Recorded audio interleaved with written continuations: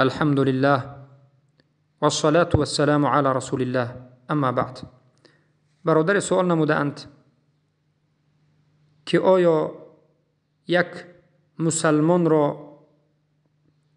مسلمان دیگر می تواند که به طاغوت ها بسپارد، به میلیسه هایی که امروز هست، به KGB یا که به دیگر از اینها بسپارد و یک مسلمان را به حبس یا که به کشتن ببرد.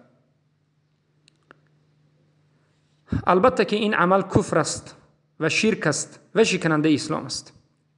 هشتمین شکننده اسلام همین است که شیخ الاسلام ابن محمد ابن عبدالوهاب رحمه الله گفتند: مظاهرة المشركين ومعاونتهم على المسلمين كفر اجماعا. به اجماع علما کمک کردنی کافرها و در پهلوی اونها بودن بر ضد مسلمان ها، این به اجماع کفر است. یعنی از همین باب است که یک مسلمان دیگری را به طاغوت سپارد به خاطر عقیده اش، به خاطر توحیدش، این کفر است. این چنین انسان کافر می شود. برای چی؟ برای آن که به طاغوت ها خدمت کرده ایستاده و بر ضد مسلمان ها حرکت کرده ایستاده است. این کفر است و صاحبش کافر می شود.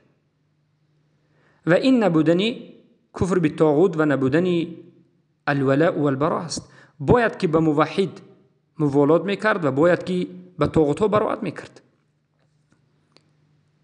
بله، یکی از عقیده های مدخلی های امروزه این مرجعه های جهمی همین است که مخالف خود را به خصوص اهل توحید را اعتقاد دارند که باید به طاغوت ها سپاریده شود.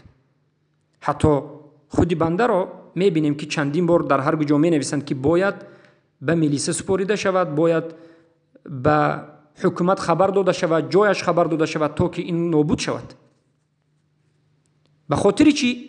به خاطر این که اونها طاقت شنیدن توحید ندارند، اونها حجت ندارند و از همین جهت که اهل توحید را به نهایت بد میبینند، ضد اهل سنت و الجماعت شب و روز نقشه میکشند و اهل توحید را بد میبینند و حتی کار به جا می آورد که اهل توحید را به طاغوت میسپارند.